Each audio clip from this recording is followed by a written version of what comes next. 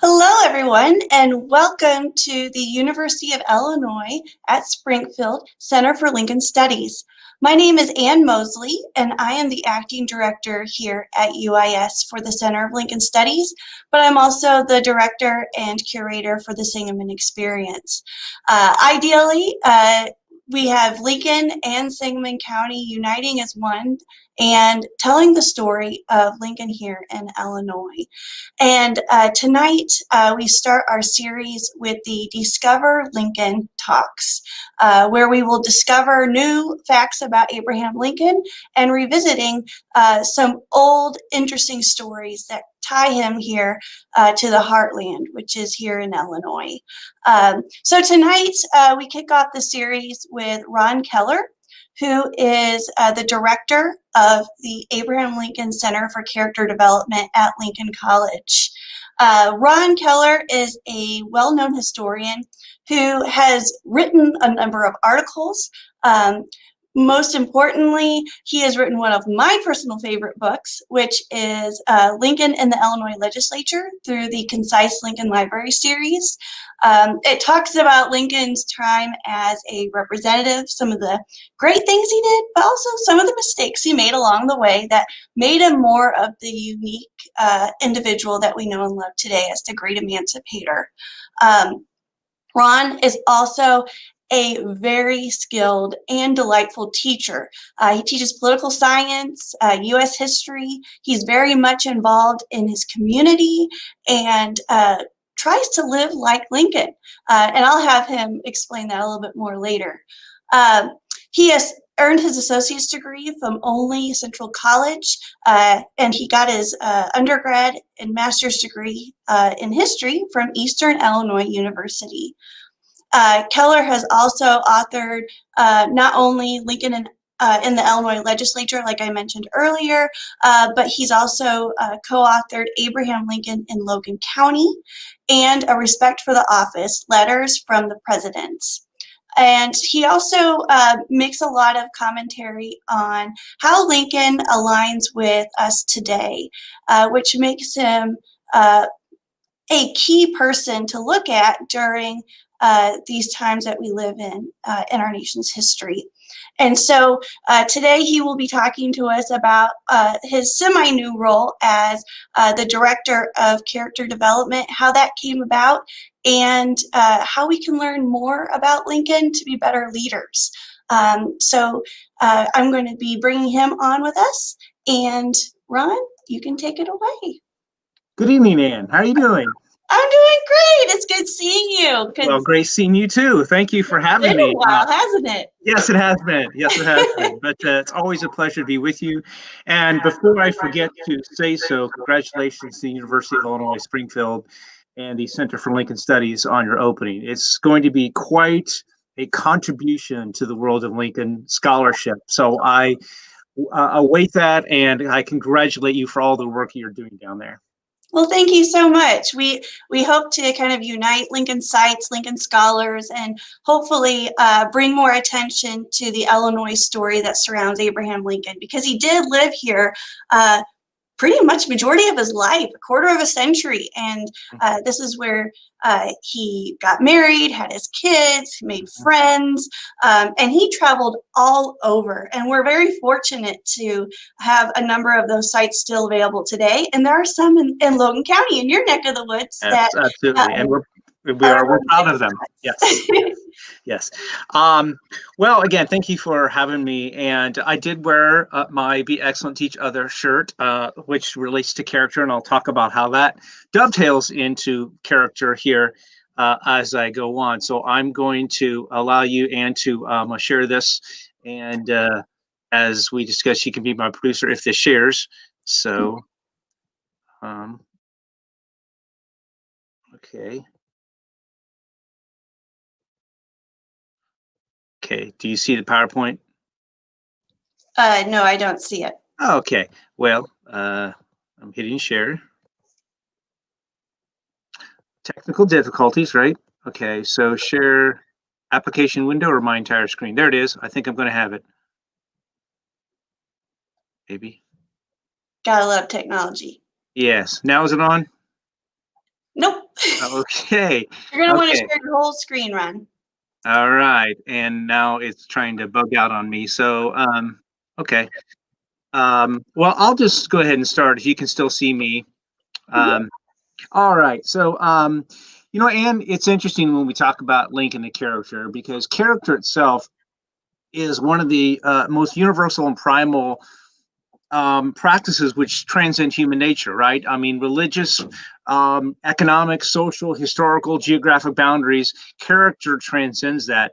And character is actually one of the earliest things that are taught by parents to their kids. You know, we're taught to be kind to each other, share, be honest in all things. And so character matters. And polling, Gallup has done polling year after year, and they have figured out that character still becomes one of the most important aspects of education in schools. And so they still consider it to be very, very important. And so since character is instilled in education, the Abraham Lincoln Center for Character Development becomes, I think, very, very important.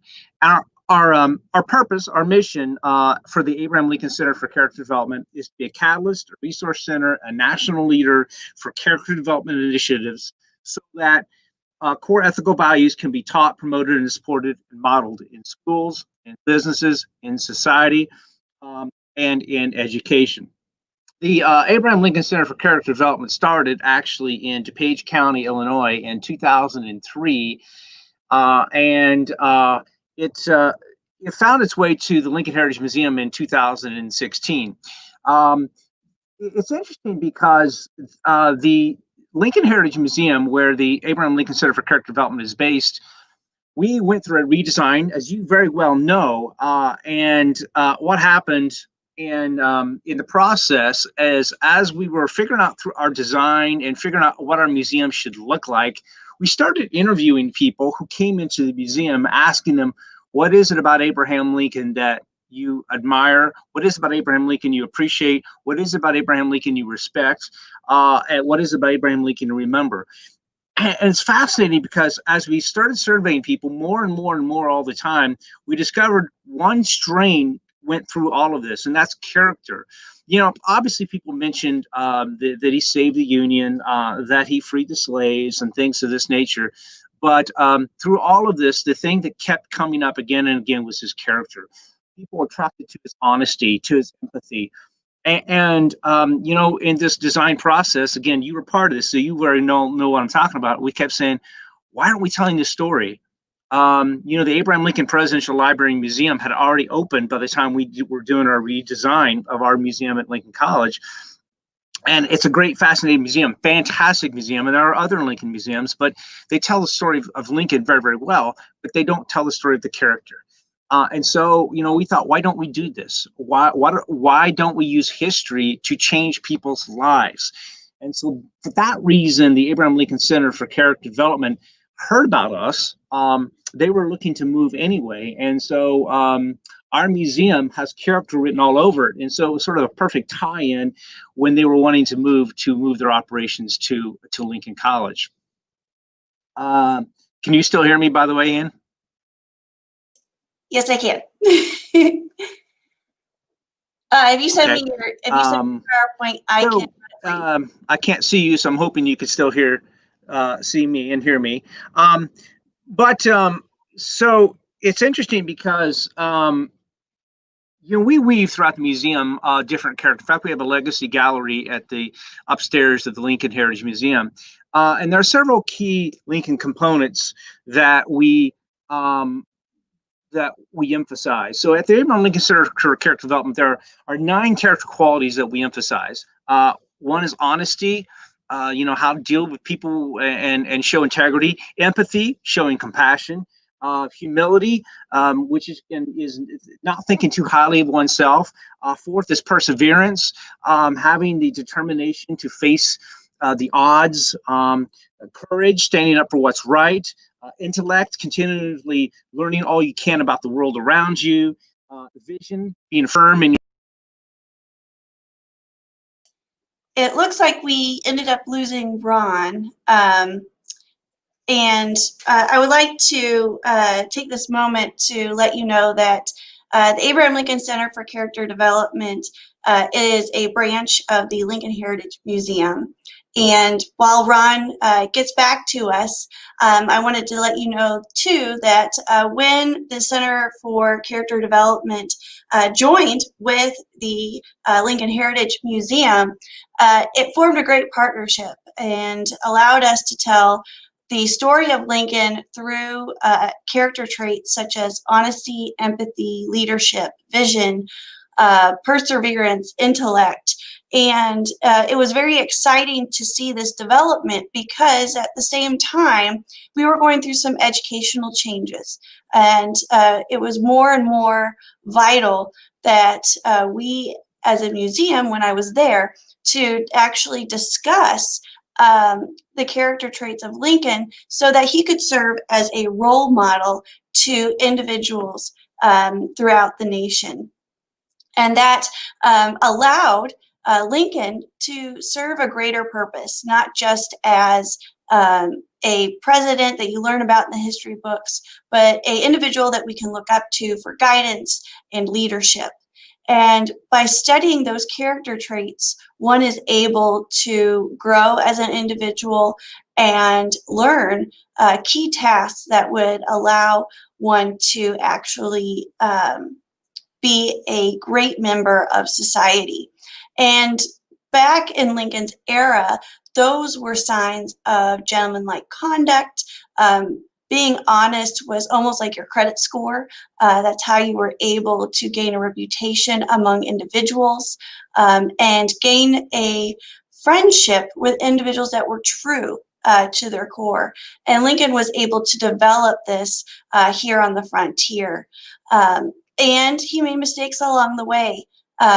In a number of different Lincoln scholarship material, you can tell that Abraham Lincoln, at an early age, had to learn by example, by what he saw, but also through different parts of his life where he just experienced it. One of the things that has really intrigued me about Lincoln scholars is the fact that when Lincoln comes to New Salem, which is in just our backyard near Springfield, you get a chance to see Lincoln as a college student.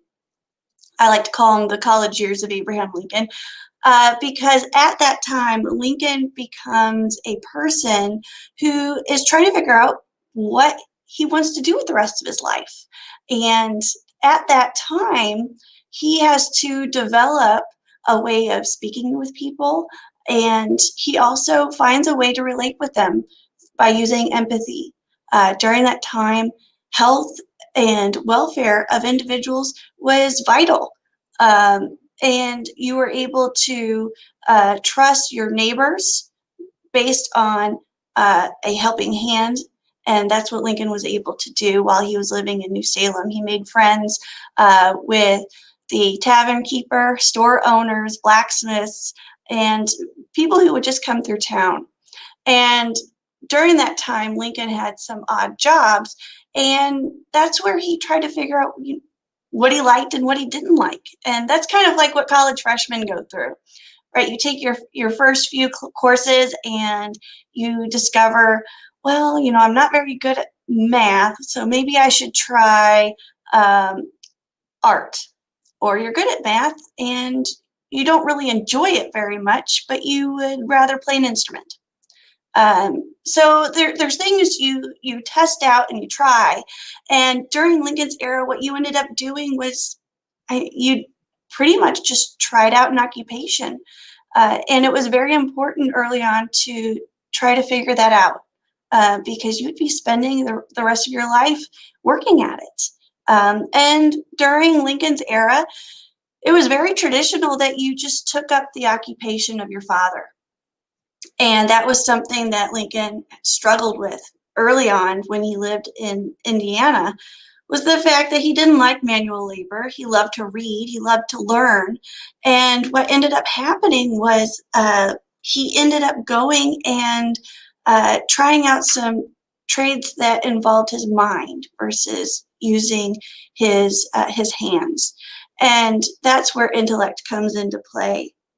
And that's what Ron was getting at is by understanding the character of Lincoln and all of these character traits that are vital in discovering what makes a person, we are able to discover Lincoln on a deeper level. So as we wait for Ron to come back, I'll talk to you a little bit more about how the center ended up getting started. And we can try to get him back online here. Oh, and here he is. Okay. Welcome back. I don't know, what's the last thing you heard? You were listing the character traits, and then I started talking about Lincoln and growing up and all how he was able to develop them. So Well, I will toss the ball in your direction. I was asking if you could hear me, and I didn't hear anything, and then the screen kept having the, like, okay, you can hear me. So I thought I was talking to myself, but I'm glad we were still connected through most of this. So anyway, you were saying something that I didn't hear, so go ahead. What were you saying? Oh, I just listed off all the character traits that you model a museum after and talked about what I like to call Lincoln's college years of New Salem. Yes, yes, indeed. All right. And this is where the tech issues happened last time. So I'm going to try to share the screen with this PowerPoint and hoping that it doesn't make a mistake. Okay. I don't think it's going to do it. Okay. I don't. Well, if you email it to me, I will get it going for you. Okay. Then I'd have to put it in PDF. We're in the middle of a presentation. I'm not going to worry about it, you know. Thank you, folks, for your patience with this.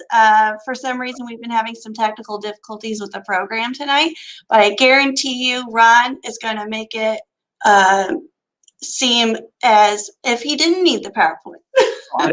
I don't need it. I can do without it. I'm just hoping, again, you could hear everything I've said so far. But so character is something we're trying to model. And as I said, we have on our website character lesson plans for anybody who wants to see those, who wants to use those. And I think they would be very, very important. So leadership lessons of Lincoln. So here are some leadership lessons, and these, and by the way, there are some great books on Lincoln and leadership. Doris Kearns Goodwin wrote Team of Rivals. Donald T. Phillips wrote a book called Lincoln and Leadership, and those are great Bibles, if you will, about how to incorporate character and what lessons of Lincoln's life are important to use when it comes to character. But there are 9 or 8 character qualities of Lincoln when it comes to leadership that I think we always should concentrate on. So I'm going to go over these kind of slowly and let you think about them, because I think that and you mentioned this earlier, Anne, what matters, I think, is how, studying Lincoln and studying history is one thing, but to make it relevant and to make it appeal to our lives and make it usable, make it portable, I think is really where true history matters. And this is one of the great things about Abraham Lincoln, of course, is he's probably the most portable, usable figure in world history, I think. So these are character qualities, I think, which are adaptable, whether he's living in the 1800s or whether we're living in 2021. Number one, he stuck to his resolve and to his core principles. There were certain things he believed that he never deviated from.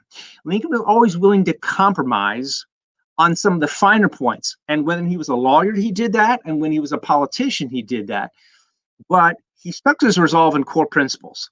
When it came to slavery, for instance, when he became a moral opponent of slavery and became president, he was willing to allow the South back in as long as they prohibited slavery. And of course, he wouldn't even allow peace commissioners to meet with him unless they were unless they decided this was something they would stick to. Number two, he was open to different points of view, often admitting he might be wrong on things. It's tough for a leader to admit that they're wrong. And in our world today, it becomes uncommon for people to admit when they're wrong. But it's an important leadership aspect. 3, he learned from his own mistakes and was keenly aware of his own weaknesses. I think a leader, they always say the first step to correctness is to be able to identify your problem and to admit that you have a problem. And he admitted mistakes. He admitted when he was wrong, but he also was aware of his own weaknesses. Number 4, he shared credit for success and shouldered blame for the mistakes of subordinates. It always strikes me how much he was willing to give credit. I'm going to get to this in a little bit about how he was willing to give credit to other people and shoulder blame for his mistakes. 5, he led with humility and service to others. One thing that I always prize about Abraham Lincoln is this thing called servant leadership, right? This belief that leadership is not someone who is the leader and everybody else follows like sheep. A leader is someone who brings out the best of the people that follow him or her, and that leadership is service to others, not just for yourself. You're not serving yourself; you're serving others. Number 6, he tried not to let resentments lead to revenge. 7, he often diffused tense situations with a good story or lightheartedness. His history is replete with examples, of course, of how Lincoln would use humor to disarm critics or opponents. And 9, he connected personally with those whom he led and he got to know. He always wanted to meet with the common folk. When he was campaigning in the prairies of Illinois, he wanted to know the common people, and that never left him, and he never left them. So those are key leadership components. So it always would help to have these on the screen, these quotes, but I'm going to list a litany of quotes that just speak to me when it comes to character. And as I say these quotes, what I think, I guess I invite you to do, if you're watching this, is to really think about these quotes and maybe even apply them to your own life or apply them in current situations. So here we go. In 1850, he wrote a law lecture, and he wrote to a young aspirant to lawyer. He said, "Resolve to be honest at all events." Then he even continued, "If you can't be a lawyer and be honest, then be honest and don't be a lawyer." To a friend in 1855, he wrote on perseverance. Lincoln said this: "Always bear in mind that your own resolution is more important than any one thing." In 1859, for those who struggled in poor conditions, he said, "The power of hope upon human exertion is wonderful." And Lincoln believed in the power of hope. To the power of forgiveness, Lincoln offered in 1862, "I'm a patient man, always willing to forgive on the Christian terms of repentance and also to give ample time for repentance." In contemplating what the highest goal for someone to achieve, in 1863, he wrote, "The proudest ambition one can desire is to do something for the elevation of the condition of his fellow man." You know, one thing that speaks to me about Abraham Lincoln, and he said this several times in his presidency, was that his goal, his vision, is to lift the artificial burdens from the shoulders of people and to give all a fair chance in the race of life. That's the condition of the elevation of the condition of his fellow man.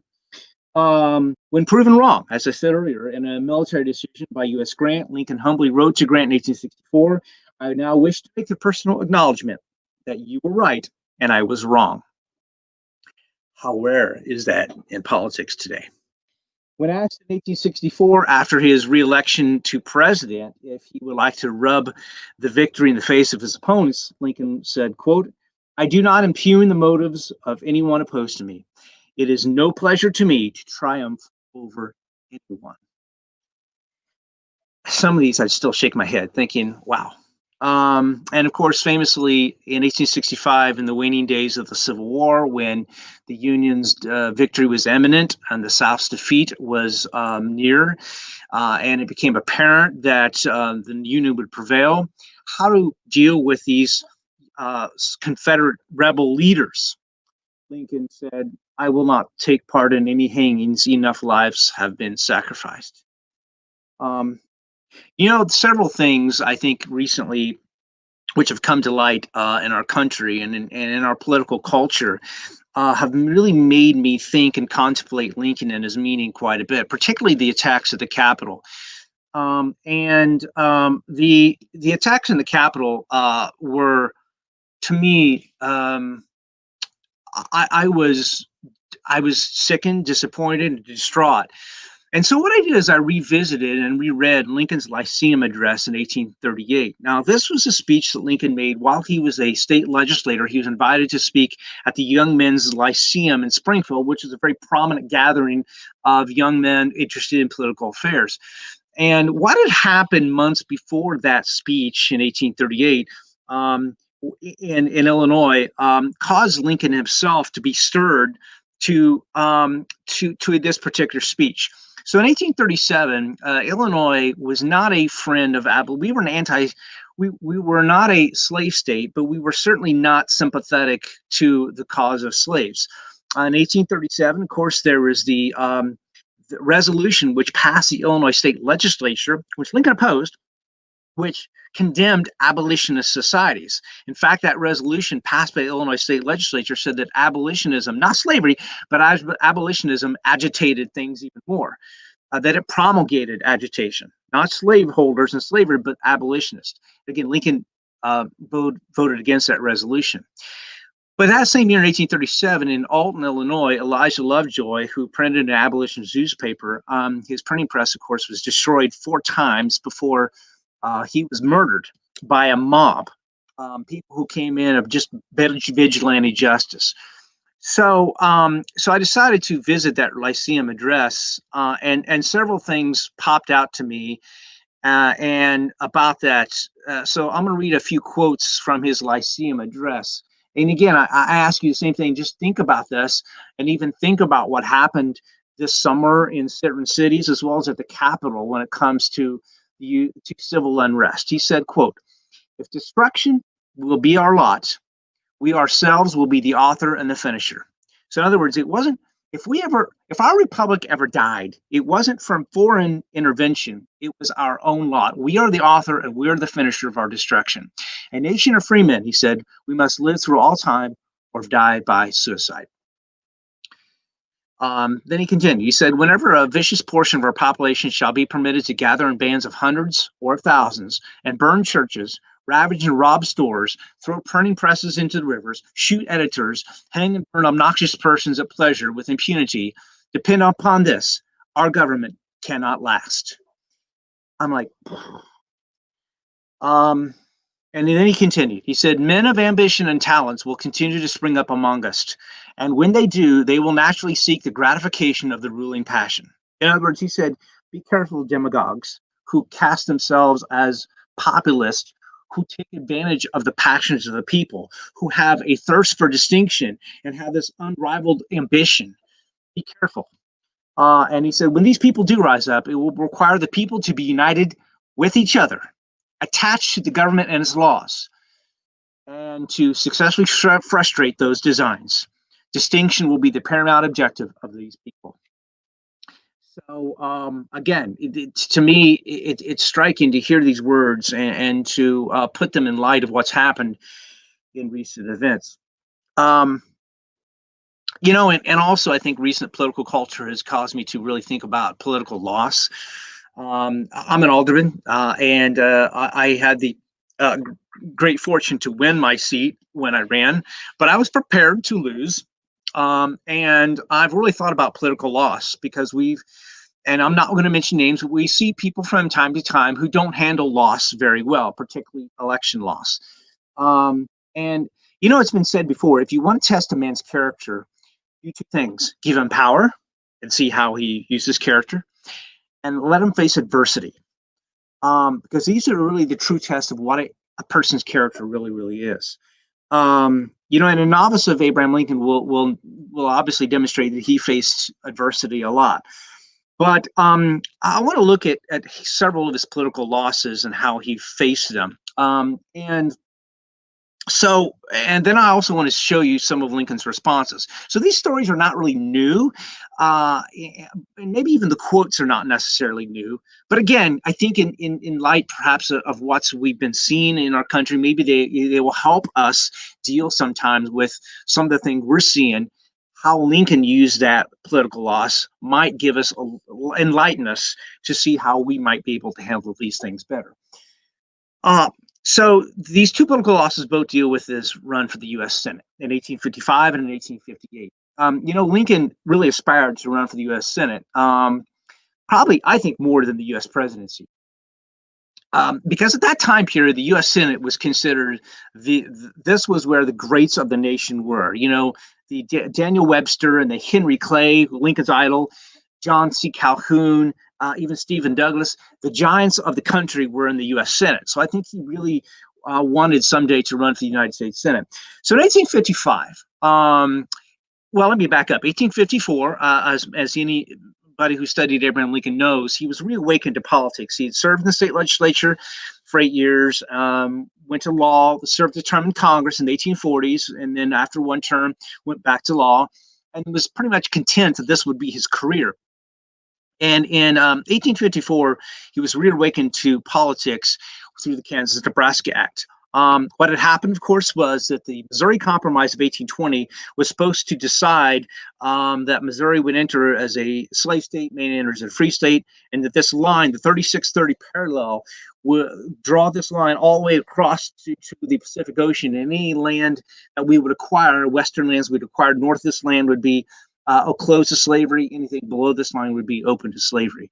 And that was supposed to be it. And how we acquired these new lands was supposed to be settled. Then came the Mexican War. In California, it wanted to be admitted as a free state. And so it opened Pandora's box about this dispute over slavery. And then we have Kansas and Nebraska, two territories that wanted to become states. And so in 1854, Stephen Douglas, senator from Illinois, had drafted a bill allowing popular sovereignty. And this shocked Lincoln because he thought this was supposed to be settled. And now we're allowing slavery to possibly expand. What now? Any land in any new state is going to be open to slavery. And so this was morally repugnant in Lincoln's mind to everything the founding fathers stood for. So he decided to run for the United States Senate. So in 1855, he first runs for the United States Senate, and at that time, state legislatures decided, they took the vote and decided the U.S. senators. So one thing that was also happening, of course, was the Whigs and the Democrats were the two main political parties, but the Whigs were beginning to fragment. And there were Democrats that were also beginning to leave the party. The slavery question was breaking the political parties apart. So there were the Whigs who were sort of dying out. There were the Democrats who were sort of leading and becoming the anti-Nebraska Democrats. Then there's this new party called the Republican Party. So Lincoln, the political genius that he is, has members of the legislature that he gets to know and becomes friends with. One of them being Samuel Parks, a state legislator from Logan County. And Samuel Parks keeps a diary of every member of the Illinois legislature and has their party, Whig, Democrat, anti-Nebraska Democrat, and he records every member and their political party stance. We actually have that in our collection at the Lincoln Heritage Museum, one of my favorite pieces of Lincoln I've ever come across. So he studies the legislature. So what happens is Lincoln is a candidate. Lyman Trumbull, who is a Democrat leaving the Democratic Party, who is becoming more and more like the Whigs, is a candidate. And the Democrats have put forth James Shield, who's running for re-election. Now, the Democrats don't know if James Shield is going to be strong enough to run, so they have another candidate in their back pocket named Joel Madison. And so what happens is Lincoln leads the polling, but he's not enough votes to win the majority. And so the Democrats see what's happening, so they replace Shields with Madison. And Lincoln believes that Madison is like another Douglas. He's going to be voting popular sovereignty. So Lincoln realizes Madison's going to win if he has enough votes.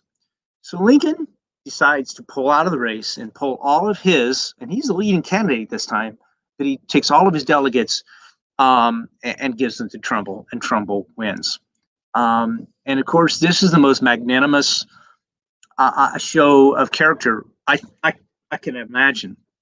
So after this, here's what Lincoln said when he was writing about this. He said, "It's rather hard for the 44 votes which he had to be surrendered to the 5, and a less good-humored man than I would not have consented to it.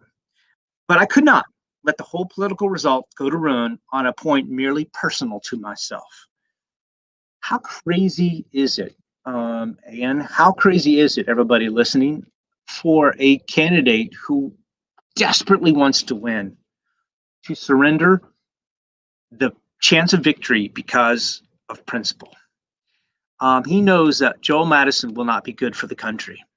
Lyman Trumbull will be a better candidate, and he gives his political victory to Lyman Trumbull.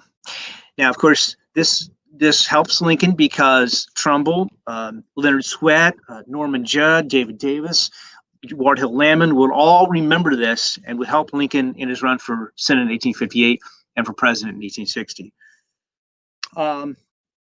So we have that. And then in 1858, we know what happens once again. Lincoln runs for Senate, this time against Stephen Douglas, and he again loses. And this one hurt. Lincoln said that I'm too big to, it hurts too much to laugh, but I'm too big to cry. But this is still the character that Lincoln showed after this. So after he lost to Stephen Douglas, he wrote out, actually, one thing I should share is that before the election even happened, or the days before the election even happened in 1858, he said in a speech, his last campaign speech, so this is his parting shot before he runs. He says, if I've said anything offensive to anyone, and I've not meant to assail the motives of no party. I've not meant to assail the motives of any individual. And if I have departed from that, I apologize and I regret it. So he made the mistakes for being any candidate who crossed the line. So then, after he loses, he writes again. He says, on principle, I would, in consideration, gladly agree that Douglas, if I misread this. He basically says, if the Kansas-Nebraska Act will be overturned, on principle, I would gladly agree that Douglas should never be out of office and I should never be in. Once again, the principle of what he's fighting for is more important than his political victory. I'll say that again. His principle of what he's fighting for is more important than his victory. In a day and age where winning seems like everything, the ends justify the means. This is true character. He wrote to Henry Asbury after the 1858 loss. He said, the fight must go on. The cause of liberty must not be surrendered at the end of 1 or even 100 defeats. He was not deterred. And he said, I'm glad I made the race. I'm glad I did. And even though I may sink out of view, and I shall be forgotten, I believe I made some marks which will tell the cause of civil liberty long after I'm gone. And those are the marks of a gracious loser. It's the hallmarks of character. We've forgotten how to lose. We really have.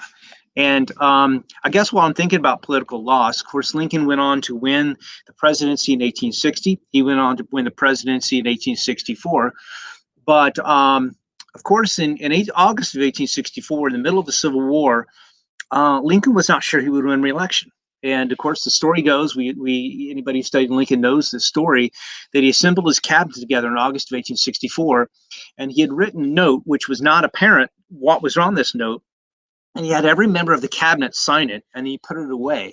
And of course, what was in it's called the blind memorandum because they didn't see what the contents were. But what the contents essentially were was Lincoln pledging his support, and it was pretty much assumed George McClellan would be the Democratic nominee. And if George McClellan would win the election, he promised in this memorandum that he would help George McClellan, who did not stand for the same things Lincoln did, who part of the Democratic Party was a peace platform. And that scared a lot of the people in the North. But Lincoln was pledging his support to help McClellan. He didn't promise to not accept the results. He promised to accept the results of the loss if he lost and help his opponent. So after he won in 1864, and it was all said and done, he told John Hay something which I hadn't come across until just a few years ago. But he opened up this blind memorandum and he read what was in this, and he read what he would have done. And this is what so John Hay asked Lincoln, what would you have said to McClellan? And Lincoln said this, quote, he was said, General, the election has demonstrated that you are stronger, you have more influence in the American people than I. Now let us together, you with your influence and I with all the executive power of government that he still had left, I'll try to save the country. You raise as many troops as you possibly can for this final trial, and I will devote all my energies to assisting and finishing the war. That's humility, that's civility, that's graciousness, that's empathy, that's courage, that's leadership. You often think sometimes Lincoln viewed himself as like the biblical Esther. that he was put in such a time as this, that his destiny was where he was. He was put on this earth in the time that he was to do the things that he had to do. Um, and his cause, of course, was, as I quote, not merely for today, but for all time. Um, Judge David Davis. One last quote I'll leave you with. Judge David Davis, a longtime friend of Abraham Lincoln, who rode with Lincoln miles and miles and miles through months and months of the legal circuit in the 1840s and 1850s, said this about Abraham Lincoln. He said, quote, "From the humblest poverty, without any education or the means of attaining the education, unaided by wealth or any influential family connections, Lincoln rose solely by the strength of his intellect and by the force of his character to the highest position in the world." You know, nothing guarantees success. There are no guarantees. But that's the point, is that character is something that should be with someone whether they win or lose. And I think all of us should heed the better angels of our nature. And that last quote, of course, is not actually Lincoln's, it's actually Seward's. It was Seward's suggestion that Lincoln put this in the first inaugural address. But this was a time when the nation was breaking apart.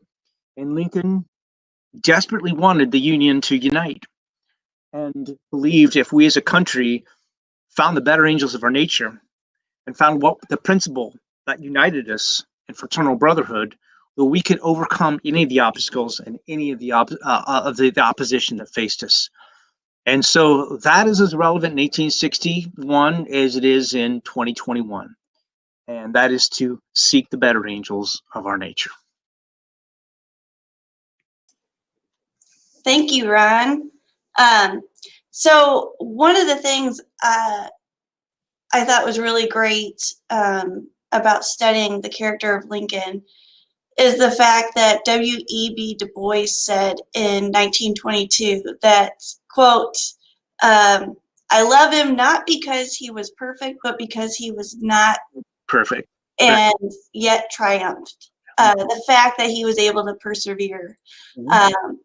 I know that one of the things that drew me to Lincoln was the fact, just like W.E.B. Du Bois, is that he wasn't perfect, and that strive for perfection, the strive to know exactly what to do, when to say things, when not to say things. We like to look at the great men of history and kind of put them on this pedestal. And when I was a sight interpreter, one of the things I liked to say was, when you put someone on a pedestal, first of all, it's a very small place to stand, so you have to balance, and you're more than likely to fall off. And you can apply the physical aspects of a pedestal to pretty much people's character as well. So one of the things that I think you bring to the table when studying Lincoln is looking at his mistakes. And one thing that I know that you've talked about in a number of other discussions was the time that Lincoln made another, was it a congressman cry, or was it a representative? You said it in one of your works, because I know that you've talked about Lincoln's life as a whole, but the time that he made someone pretty much public shamed him.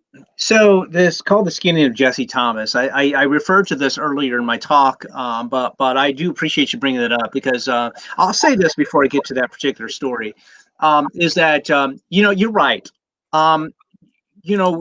As Lincoln, as great as he is, and I tell this to my students all the time, I make this disclaimer, and that is that I don't want to put Lincoln on a pedestal, and because he's a mortal human being who made mistakes. And I'm the leader of the Abraham Lincoln Center for Character Development, but I'm the most imperfect person there is.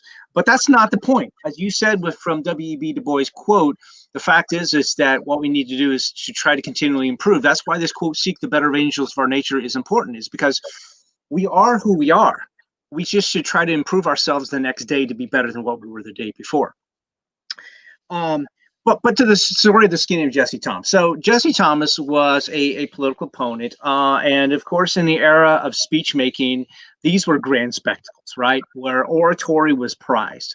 So at an event, Jesse Thomas had proceeded to belittle the Whigs and Abraham Lincoln, and Abraham Lincoln didn't even hear the speech. He was outside, and he was calling Lincoln, Lincoln, Lincoln, you got to come in here. You got to hear this. He's putting you down. And so Lincoln got up after Jesse Thomas was done for his rebuttal, which was very common practice for a politician to do the rebuttal. But Lincoln didn't even hear what Jesse Thomas said. Because he didn't even hear what he said, he proceeded to make fun of him and even his physical standing. And then, yes, that's called the skinny of Jesse Thomas, because he just literally, it was crude, it was brash, it was harsh, and made Jesse Thomas cry. So, and it's not one of Lincoln's finer points. But again, of course, these are the sort of things any human being you have to learn. And Lincoln would learn from this. He apologized to Jesse Thomas, and he apologized. And this is the thing I think is important to note. As far as I can tell, and through my research of Lincoln and the Illinois State Legislature, I was, every time I'd come across, okay, here Lincoln goes again. He's attacking somebody in the newspaper again. I'm like, Lincoln, stop it. And I was the Lord beside myself, just thinking, why don't just lay off this? But I was also continuously impressed because he would apologize. And one story that I find even more startling than the skinning of Jesse Thomas was when Lincoln was in Southern Illinois, and he opposed a state representative from Lawrence County. And this state representative wrote to Lincoln afterwards, and Lincoln didn't even know what he said, I'm sure, but he wrote to Lincoln saying, "Your words insulted me. Please let me know if it was intentional." And Lincoln was startled that he said something he didn't mean to. So he apologized. He said, "I'm sorry, my words imparted offense to you, and I regret it." And so that's the thing we need to do. We're always going to make these mistakes, but we need to own up to them. Thankfully, the near death, the near duel with James Shields in 1842, sort of curbed that. It didn't end it, but Lincoln became a little bit more mature, had a little bit more, I think, wits about him and more humility as he grew older. But certainly, he learned the hard way. Well, and that leads me to my big question. So, for those of you who are watching and are interested in learning more, please place your questions within the comments, and we'd be more than happy to try to answer them and address them. But we have been working with the Made by Us organization, which is trying to get people more civically minded and more engaged in history, but also in within the context that we're living in, and learning how to adapt, how to become better and better informed. And while you've been working with the Center for Character Development and doing your research of Abraham Lincoln, and pairing the character development and Lincoln together, you were finally able to come up with your first big workshop for students in Logan County, within the district that Lincoln is in, Lincoln, Illinois. And you were able to get, I forgot how many kids, but you filled up pretty much a small auditorium, and you were able to showcase the character of Lincoln to these kids who are in fifth grade for the most part. Mm-hmm. And you had their teachers there. Can you tell us what you focused on in that and why? Because I know that a lot of people are kind of struggling there are so many characters to focus on. What do you think is the most important for people to look at today? Yeah, certainly, and I touched upon this earlier. I think that when we were having our technical difficulties, that you may not have been able to hear everything I'd said, but I appreciate you asking me about this again anyway. So again, education, I think, is one of the most, if you can instill character into kids when they're younger, perhaps you can start patterns which will lead to adulthood. And that's why I think character is so enforced in education. And so we decided to host a retreat for fifth grade students. And we had a lot of cooperation from the fifth grade teachers because, like every school, there were some incidents of bullying and behavior that they felt was just it's unsettling, and so we held a retreat called Be Excellent to Each Other, Building Empathy and Valuing Others. And so we held this for our all of the schools within our district of Logan County. So there are 4 or 5 schools, all fifth graders. And we pulled them together, 150 some, and we had some great volunteers that day who helped us out. But a friend of mine, one of my best friends, has done a lot of youth retreats, and so what we decided is we put together this day-long retreat where we had small groups, we had large group teachings, we had games, we had activities, we had lessons, we had some role play. I had brought my stovepipe hat for kids to play Lincoln. And we talked all about empathy, and we talked all about what it means to show character, what it means to, again, we defined this word empathy, and we talked about how the fact is that slavery is one of the worst things can happen to anybody, but before someone gets to slavery, what they do is they dehumanize a person. And we laid it out for them that if you bully someone, you're dehumanizing them. Um, and so you're not, well, I mean, we wouldn't say you're making them slaves, but you are treating them less than human. And so we had them sign this.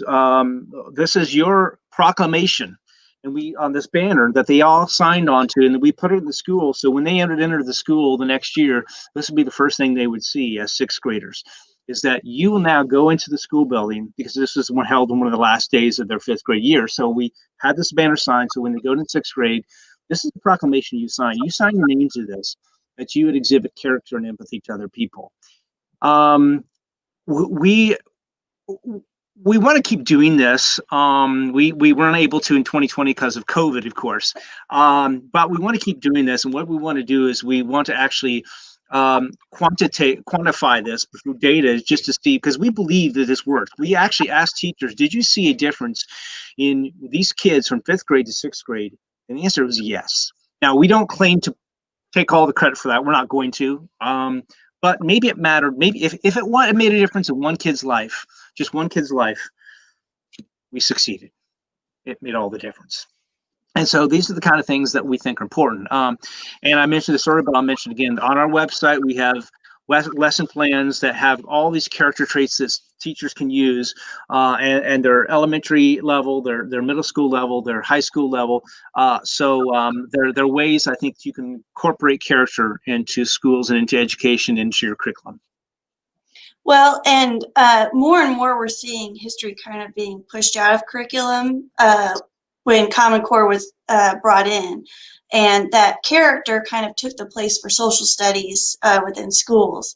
And so when the Abraham Lincoln Center for Character Development came out, it came out at a good time because it was what students needed.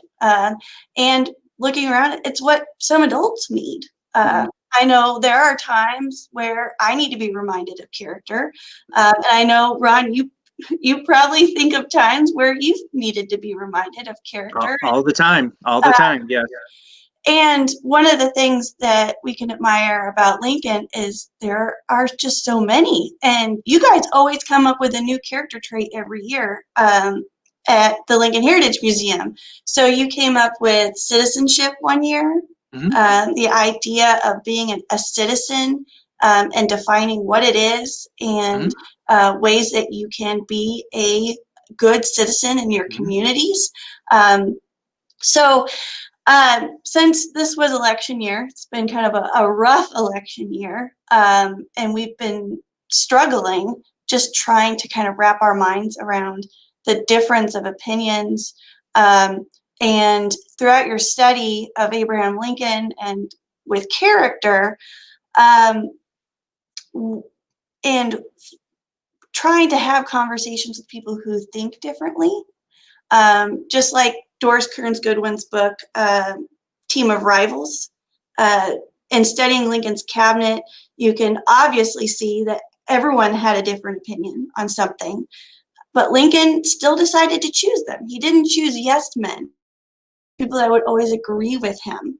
Mm-hmm. And then a lot of times he acknowledged that he didn't know everything.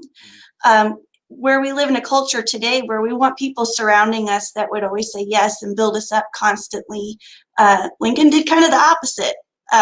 So for this new administration coming in, so President Biden will be taking the oath of office January 20th. He's been putting his cabinet together and releasing names. What advice do you think the new cabinet and the new president could take from Abraham Lincoln? And I'm not talking about the obvious stuff. What, in your heart of hearts, do you think that this new administration should take from Abraham Lincoln? Well, I'm waiting on the call for President Biden to call me up and say, okay, so I missed your talk the other night with Ann Mosley. So give me the brief of what I can do. So, yeah, everyone, and you or I were talking about this the other night. In times of political strife, we all love to quote Lincoln. And we use him as if quoting Lincoln is good enough. Like, he's on my side because I just quoted Lincoln. It's not good enough. I think it's a misuse of the Lincoln legacy, to be honest. So what I would advise is pretty simple, and that is to be a uniter. We are as politically divided in this country, certainly since the Vietnam War, and perhaps from what I've heard, maybe since the Civil War. We just have some very, very deep political divisions. And every new president likes to come in and like to say, I'm going to be a uniter. And that lasts for, until the honeymoon is over. And then Congress comes back to work and then they realize how politically divided they are.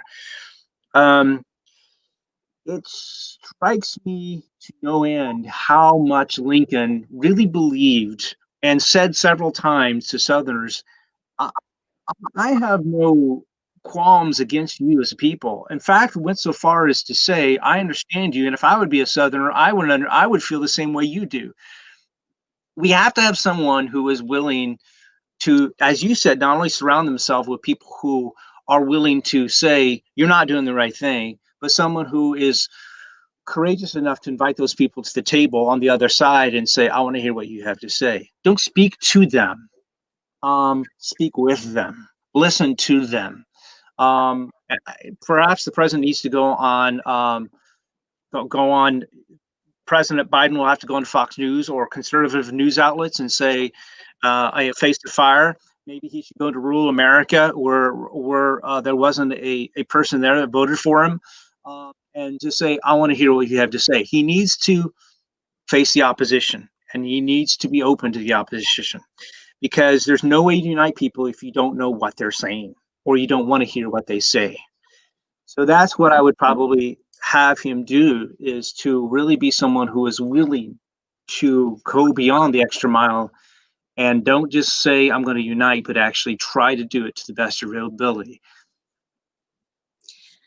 I think that's a good way to look at the character of Lincoln, because like you said, I was watching the news the other day and I heard Lincoln from both sides constantly, and it was the same quote.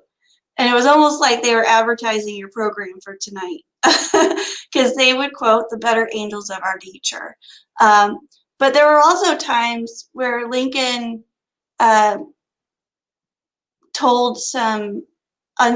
made some unsettling decisions that was the better angels, but it wasn't what the other side wanted to hear. And that is something that I think we as a nation need to look at as well. Is, Lincoln had these wonderful words. He was a great wordsmith, and I think we need to take a deeper look too behind each quote. while we love to have the legacy, the quote legacy of Lincoln, we forget to read the whole entire source. And I remember one conversation we ended up having, you stated that you wanted to eventually write a book about the legacy of Lincoln quotes, the difference between how they were used then and how we use them today. Yeah, and I think it's beginning, and I probably will never achieve that. But again, I think it stems from my deep desire and the desire of the Abraham Lincoln Center for Character Development to make it relatable. As we keep saying, we're going over this again and again, but I think what's great about the Center for Lincoln Studies is you all will be doing this, and that is really making this connection of how history matters to us, why it's relevant, and how we can incorporate and use history, using the past to enlighten the present and the future. And I think that has to happen. Indeed, that has to happen. And so, yeah. And to your previous point, again, you're correct. I think that we've forgotten what we have in common, and that bond of fraternal feeling, which Lincoln often said, is something we need to recapture. What is that bond of fraternal feeling? Not deciding what divides us, but what unites us. And this is something I guess I invite everybody after this. We lick our wounds, and as we tie up the nation's wounds here at the end of this 2020 election cycle, I guess I invite people to look at the people who were on the other side and say, don't focus and fixate on what divided you, but fixate and focus on what united you to begin with, and go back to that. And we have to recapture that to really become the America that Lincoln envisioned us in the Gettysburg Address. Well, we have a question that popped up in the midst of our discussion. I don't want people to get kind of burnt out on my voice. So our question comes from Catherine Harris. She states, we are in perilous times. How do we get to civility in our country? Or maybe you just answered that. Yeah. No, thank you, Catherine. Catherine Harris, a dear friend and just a great Lincoln scholar. And so, yeah, I maybe I did, but let me say it again because I think it's worth repeating. And civility is tied with humility. Civility and humility cannot be separated. And I think that's the problem, is that if you try to exercise civility without humility, and this is go back to the Lyceum address. So it doesn't sound like I'm going to answer the question, but I will come back to it. You remember what I said in the Lyceum address, that people's ambitions and their self-interest and their passions get carried away. And that's what makes them uncivil. And Lincoln was worried that what happens in a society that embraces mob violence is that they become so consumed with hate, and they so consumed about what makes the other side wrong. First of all, we have to rein in the passions. We have to rein in the ambition. And Lincoln himself realized he had to rein in his own ambition. But we also have to understand, again, as I repeated several times, what's the principle you're fighting for? Is it for yourself? And that is what, at the root of it, I think Lincoln was worried about oftentimes, was that we become so enthralled with incivility and self-interest. So all that to say, you have to think of the better good. You have to think of the common good. And I think that we become uncivil because we go to this dark side of believing what's self-interest and getting wrapped up in that. Cold calculating reason, Lincoln said in 1838. Reverence for the laws, he said in 1838. We need to recapture, again, not what we feel is good for us, but we need to recapture what the country's roots were, what we were founded on, and understand it's not about us.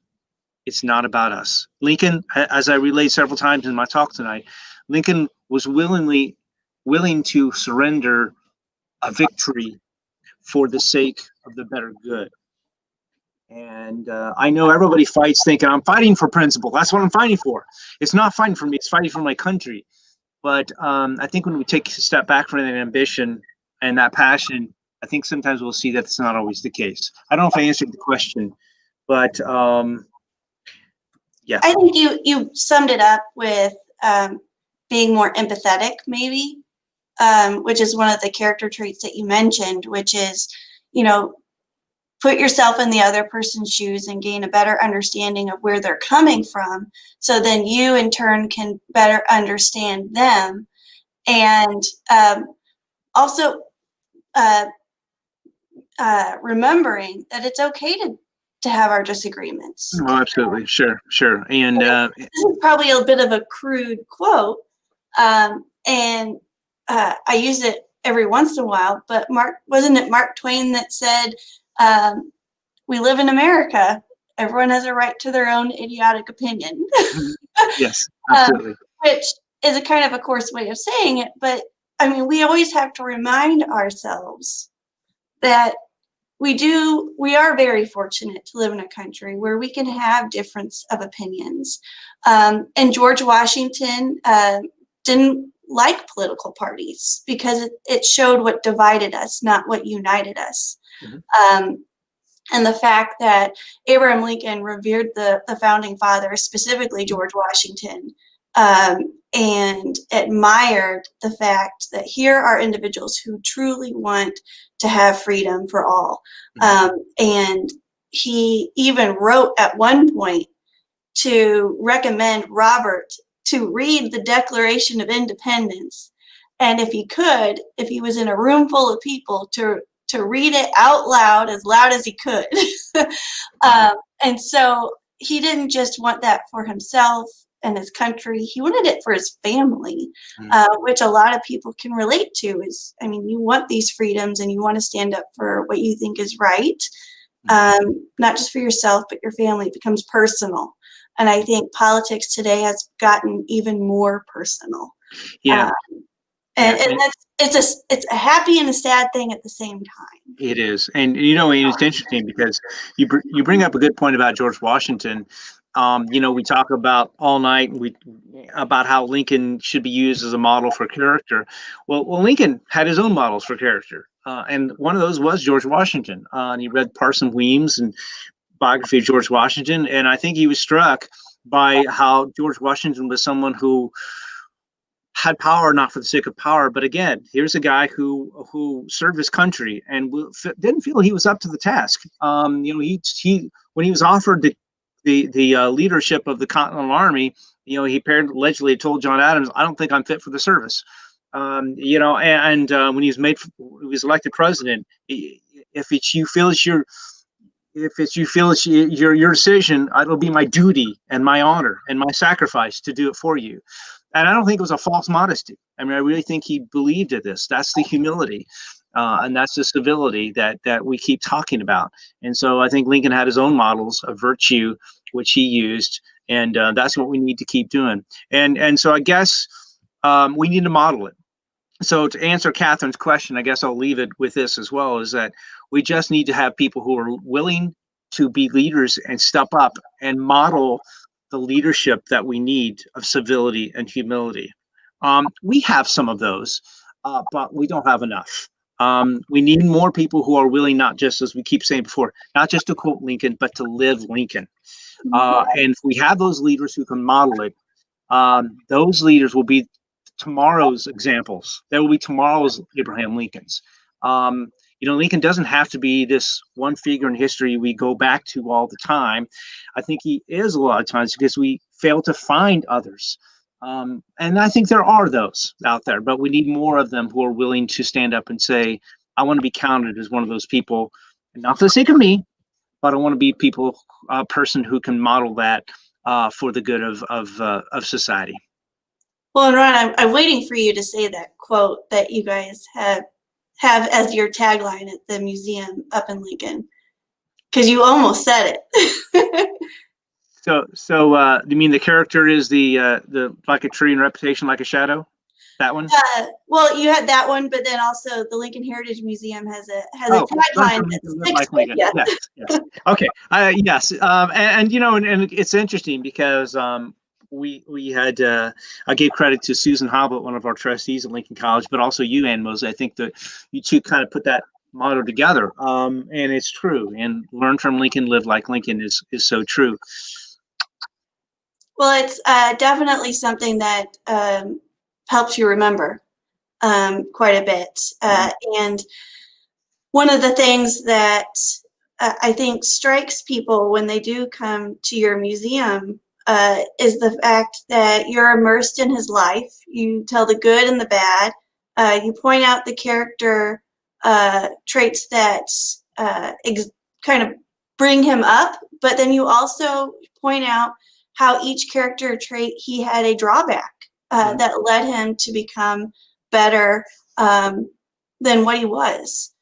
And I think that's remarkable. And that's why the Center for Lincoln Studies is, I think, so important right now, because within the Lincoln world, a lot of times people think that Lincoln was hatched in 1860, when really he did a lot of growing up, just like all of us do. And he did a lot of that in Indiana, but he also did a lot of that here in Illinois, where we at the center like to focus quite heavily on, which is the Illinois story. So since you're kicking off the Discover Lincoln series for us, and I'm going to close us out, but before we go, I want to know your favorite Illinois story. So that's the first one. But then I also want you to tell us the Illinois story that you don't think is researched or discussed enough among Lincoln scholars. Wow. Okay. I don't know. I'd have to think on this because there's so many Lincoln stories. There's so many. And the problem is I wish we knew more about, and maybe we can uncover more of these stories. I guess I like the political Lincoln, that, but I also like more and more about the personal Lincoln. I'd like to know what kind of person he was. I mean, we already know the kind of person he was, but more and more of these kind of stories of Lincoln as a Springfield resident, right? Lincoln as a neighbor, Lincoln as the guy down the street, and personalizing people is what makes them less than these stagnant straw figures that we have pictures of, making them real. And I don't know. I wish there were more of those kind of stories about that. And I will admit, that's one of the things that probably prompted me to write Lincoln in the Illinois legislature, because I often felt that those years were so overlooked. And so, and I don't say this for promotion of my book, because don't read it. You should read it. But I often feel that is an era of the Lincoln story that is very central to everything we've talked about tonight. This is where he begins, and he doesn't obviously, like we talked about, he made a lot of these mistakes, and I don't think he really grew up maybe until later on. But this is where, in the Illinois legislature, in the halls of Vandalia and Springfield, is where he learned to be the orator that he was, the deal maker that he was. He learned to be a man of the people. He learned to craft legislation. He learned to be the person you could depend upon. This is the person that Lincoln became, the leader that Lincoln became, the emancipator that Lincoln became, the lawyer that Lincoln became, the man of character that he became, was forged in those halls in Vandalia and in Springfield. And I just wish that, sometimes I wish we could go back in time and look at Lincoln as he strolls down the street talking to his friend about what's happening. What's happening. What I heard you came back from Vandalia. What did you guys do this past term? And to hear Lincoln talk about those particular stories and the way he would crick his neck and then just put his knee on the on a stump and just start talking in his drawl, and his little head would go back as he laughs, and all those kind of things just make him the human being that he was. So, and even the lawyer, people were transfixed going to court to hear this particular lawyer, and I just wish that we could really find out more about what he looked like, how he talked, and how he really spun these stories, because he was quite the attorney, and he won many of his cases, not just on the logic of his facts, but how he was able to convince a jury, so how he was able to do that effectively, I think is I wish we could do more studying of. But it's maybe we'll be able to uncover some things and more stories, but that's what we need to continue doing. I think just discover the person that Lincoln was. So someone needs to build that time machine so we can go back in time. Yes, a little hard to do, but yeah. Well, thank you, Ron, so much for being a part of our program and being in the hot seat. Well, thank you, Ann. No, I enjoyed this. This is great. Again, I appreciate everything you're doing, and UIS and the Center for Lincoln Studies. You got a great thing there, and I wish you many, many years of success there. Well, thank you so much. And we encourage all of our followers to take a look at the Abraham Lincoln Center for Character Development's website. And we listed it here, but feel free to check out the event page that we have for this, because it has a link directly to their website. Also, go to the Lincoln Heritage Museum, where you can learn from Lincoln and live like Lincoln. You guys have a new exhibit coming up. You haven't released the title yet, but I'm hoping that we'll hear from you guys soon about it, because I know that there are some artifacts that are going to be on display that haven't been seen by the public yet.